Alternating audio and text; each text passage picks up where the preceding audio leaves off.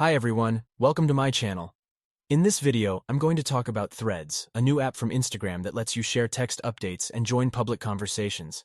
Threads is different from Instagram because it focuses more on text, links, and short videos. It also has some cool features that make it more open and interoperable with other apps.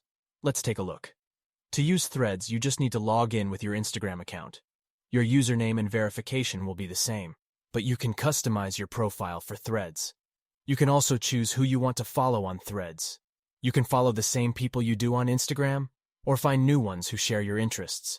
On Threads, you can post threads that are up to 500 characters long. You can also add links, photos, and videos up to 5 minutes long.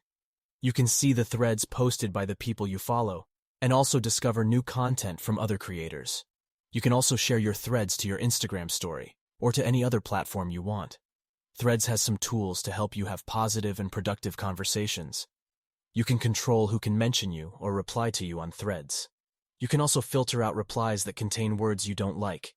You can also unfollow, block, restrict, or report anyone who bothers you on Threads.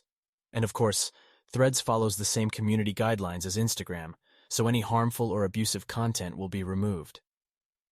One of the most exciting things about Threads is that it will soon be compatible with ActivityPub, an open social networking protocol that allows different apps to communicate with each other.